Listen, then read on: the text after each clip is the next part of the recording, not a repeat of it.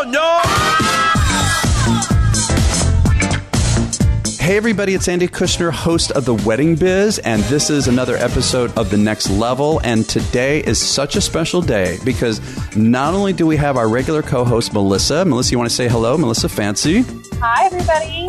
We also have a very special person who is hosting a show on the network, on the Wedding Biz Network, and that is Julie Sabatino with The Stylish Bride. Hey, Julie. Hi, Andy. Hi, Melissa. It is so good to have you, Julie. We appreciate that. And everyone should know that Julie's show can be found on our Instagram at Wedding Biz Show, also through the Wedding Biz website. And if you go directly to the Wedding Biz Network, you'll find her everywhere. She has an incredible show which talks about, you want to say for a moment, Julie, what your show's all about? It's better for you than for me to talk about it. Sure. The goal of the show is all about empowering women around the wedding. And I want to help people navigate the fashion elements, whether it's beforehand and picking out the dress to problem solving on things that can happen on the day of, but really giving them the ability to make sure they have the wonderful day that they deserve. And I want to point out that her show, Julie's show, is for brides and for people in the industry. I mean, and so I think this is great for all of us to be aware of. So I highly recommend you all tell your brides about the show.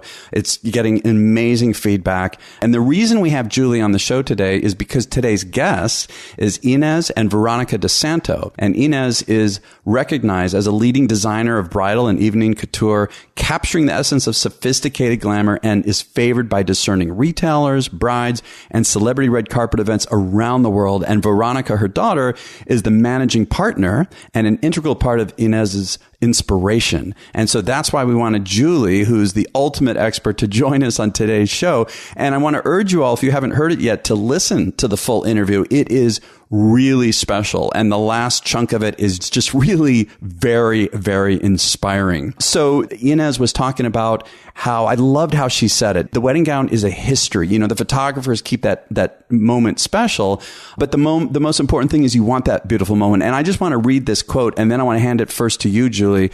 The moment and the memory and the experience, all those feelings go together, and you pass it to your children and grandchildren. And she continues, when I design a dress, I put my heart on it because I want to make that person happy and have the most beautiful experience and the most beautiful moment and memory. What do you think of that, Julie? Oh my God, I just love her so much. I mean, she is one of the people in the industry that every time I see her, I get a big smile and kisses on the cheek and hugs. And she asked me about my children. And that quote exemplifies everything in her business. I mean, she just is one of those people that you're happy to be around and you're happy to see. And you can tell how much her passion for what she does and that love for people and brides, it comes through in her designs for sure. So even thinking about her, I'm smiling. And Melissa, you saw her speak too, and Veronica. So you also was able to get a sense of them, right? They are two of the most vibrant women. And even from being, just in the audience, you really feel a solid connection with them. And I am hoping that I get to meet her with you in a few weeks here, Julie. You absolutely will. It's going to be an amazing bridal market. I can't wait to have you out to New York. And we are definitely going to be seeing Ines and meeting her and actually sipping champagne with her at the Baccarat store. So that'll be a lot of fun. And I know, from your show, Julie, I already know this, so I felt like, hey, I get this. But Ines and Veronica were talking about how important it is to be yourself, even when you're choosing your wedding gown, and that you have to feel it. And there's one that fits your personality and your figure. And obviously, with your partner, and you look better, you feel better. It just seems that everything is about feeling, they were talking about, especially for your wedding day. Is that right? Yeah, I couldn't agree with that more. And really the foundation for my business and my show is I believe that if a woman feels beautiful and truly deep down is excited and happy in her gown, then she's going to look beautiful. And that's the starting off point. For me and Ines and these designers, they can tell you what to wear and they can tell you, oh, this looks perfect, but it has nothing to do with that. It's not us wearing the dress. And What makes her so special is she really can read the essence of the bride. I've been in appointments with her where she gets to know the bride, she talks to her, she sees her dresses on the bride, but then she starts drawing and she starts creating something unique that exemplifies all of the passion and individuality in that woman. And it's really quite something to see. And it seems to me what I'm learning here, the main thing is that it is all about how you feel. And right, that seems to drive all the decisions, right? That's the main thing. Do you feel better? Period. Isn't it like an emotional element? That's the most important part. It is. It is. People feel different ways. And I think that brides can get a little bit caught up in how they think they're supposed to feel. And are they somebody who puts on their dress and cries, or are they not? Do they feel like they should cry and it confuses them because they don't cry? There's all sorts of psychological pieces to this, and knowing yourself and knowing how you make decisions and what you feel best in is really going to be a huge asset to you. But given all of that, the feeling on that day, you should be so excited to put the dress on, and you should be excited to look at yourself in those pictures and, really feeling your best. We've already talked about how she is just so vivacious and vibrant, and she has this like amazing ability to create something perfect for these wonderful ladies. But when I listened to her interview, I also adored how much she really is just a powerhouse of perseverance, and how she, from even when she was young, had so much tenacity, and it really carried her through all of her life struggles and all of her successes. And I think it's really why she has had the success that she's found now. And she's spent a lot of time really fully taking advantage of opportunities in her life. And I really think that's a lesson we all can learn from. And, I want to take a minute to just say, like, we all spend so much time working in our businesses, trying to improve everything and going to conferences. But if we really stop and take a second, we really can use her example as a way to grow our own business and take it, to the next level when we really find our success in that full measure and focus on really, really taking advantage of our growth moments. Oh my gosh. Yeah. I mean, I'm listening to the story she told about leaving and moving to a new country with $200. And she didn't even have a sewing machine. And, she worked her way up from the ground. And you hear this a lot, from our grandparents' generation. And I just think it's so amazing. The thing that really came through in conjunction with that was that it seemed like she had this passion in her that had to come out. And she was given the opportunity, but she also seized the opportunity. And to Melissa's point, so many things come at us, especially now in the technology age, and sometimes you don't even really know what to take and what to think and what to explore. But with her story, it seemed like the creativity in her and the designer in her was nurtured and fostered, and then really found its way out. And I think that's, you have to listen to yourself. You have to listen to your internal voice telling you what you have in you and which direction you want to go. And I just loved how she did that. And, from $200 and moving to a new country, she has made it such an incredible success. You all are going to have to listen to the actual episode. I don't want to give it away if you haven't heard it yet, but when she came to the country, there was a certain piece of news that she also got. She came alone. She was pretty young. She had left all her family, came alone to Toronto. And this is because of danger that was going on in Buenos Aires, where she's from. And you could hear more about it in the story. But there was also this piece of news that she got, which put this in a whole nother zone. And you're going to have to listen to the interview to get it. But what also struck me too, both of you talking about this persistence that she has and following her passion. I remember part of the story, she wanted to create a fashion show, and she wanted to create it, I believe it was at this particular venue, like a castle where there had never been such a fashion show.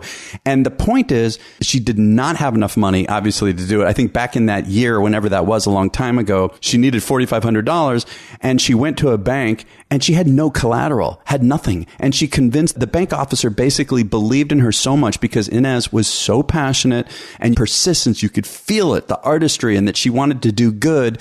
And the bank officer gave her the $4,500 without any collateral. Really amazing story.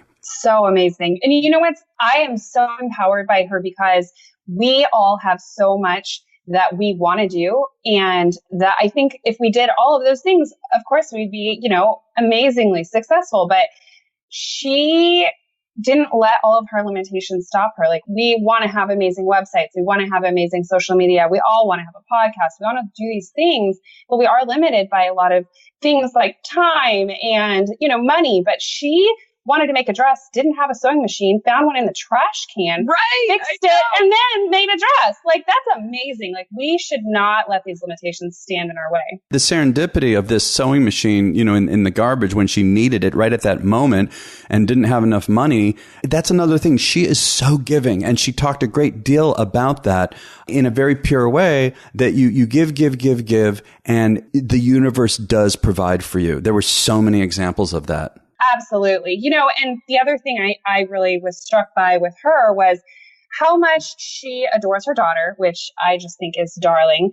But I like that she, even at a young age, had Veronica included in her first fashion show. Veronica was there making jewelry for it. I like that so much, because so much of what we are doing as entrepreneurs and small business owners is doing this so we can have freedom and provide for our families. And I think that so much of us get caught up in this idea that we need to work, 24/7, and we have a hard time with work-life balance. But I love that she used it as an example to incorporate her daughter into what she was doing. Oh my gosh. As I am listening to this, I just loved it. Like Melissa said, I struggle a lot with work-life balance and owning my own business and really having so many things I want to do in a day. It can be really, really hard to stop and, pay attention to my kids and really focus. In fact, actually, another one of your guests that you interviewed a while ago, Cindy Novotny, put this idea in my head. And I loved hearing it reiterated from Ines, which was involve your kids in the work. And as I'm preparing for a big wedding, or my, stylists are going out for the wedding day service, my daughter will very often help me make all of the name tags that we do. And she's great at it. And she'll say, Mommy, is there anything else I can help you with? Or if I'm sending out a little gift or something, I really try to include her, but Ines just does that, and she takes it and she goes beyond. And, she and Veronica are really in it together and have found this amazing link in their relationship through it. And I found it so inspiring as a mother. For me as a father, I have a daughter, and in her younger days with my music business, this is well before I started the podcast, I would bring her to when I was producing videos and certain kind of jobs, if they were for the public or something like that. And yeah, it was really very bonding. And she's older now. She's in her early 20s. And even now, as I was starting the podcast a year and a half ago, I was actually telling her a lot of the story, in terms of, I was sharing my excitement, my passion for it. And as I started to get into the business aspect, I shared that with her too, because I'm thinking, if our kids can get these kind of lessons earlier, those of us who have kids, or even nieces, nephews, younger brothers and sisters, or maybe some kid that you're mentoring, they're growing up with a whole different perspective on the world. I think it's so, so important. And so for my daughter, I share a lot now of the business aspect, not just the passion, which she can take forward in her own life and empower herself as a person in the world, also as a woman. And I think it's bonding. It's all of that. It's really, really wonderful. Julie, such a pleasure having you join us today. And Melissa, I know you're going to be visiting with her at Fashion Week in New York City pretty soon. I know we're going to hear all about that. You've got a lot of plans to share with our listeners with social media and all of that. Is that right? Absolutely. So the week of October 3rd through 8th, I will be in New York with Julie and many of our fabulous friends, some of who've been on the show. We will be cruising around Bridal Fashion Week and attending runway shows and parties and all kinds of fun things, including the Not Gala. Please pay attention to especially Julie's Instagram at The Stylish Bride, and of course ours, which is at Wedding Biz Show. We will be sharing all of our adventures and doing a lot of Instagram live and stories. I can't wait to be there, and I know we're going to have some really fun things to share from there. And before I tell who is next week's guest, Julie, can you tell everybody how to find you, how to find your both yourself with your business, and how to find the show? Absolutely. I have been having so much fun doing my podcast, and it's really taken on a whole life of its own already. And it's only been out for don't know, a month or 6 love weeks. it. And That's I'm just great. having a blast with it. And in fact, I even have brides, Instagram messaging me saying, hey, what do you think of this veil with this dress? And it's so awesome. I'm so thrilled with it. But, I would love for all of you guys to tune in and check it out. You can find our podcast wherever you get your podcasts from. And you can also find it on my website, which is thestylishbride.com or theweddingbiznetwork.com. And I would love to hear from you. I would love your feedback and check it out. And the name of your show, The Stylish Bride with Julie Sabatino. So again, as always, Melissa, wonderful co-host. Can't wait to hear from you during Fashion Week. Julie, such a pleasure to have you as a guest today. I want to mention now next week's guest, and that is going to be Cece Johnson, who I'm sure you all already know of with invitations and stationery. There's so much to get out of it. So be sure to tune in next week, and we'll catch you all again on next week's episode of The Next Level on The Wedding Biz.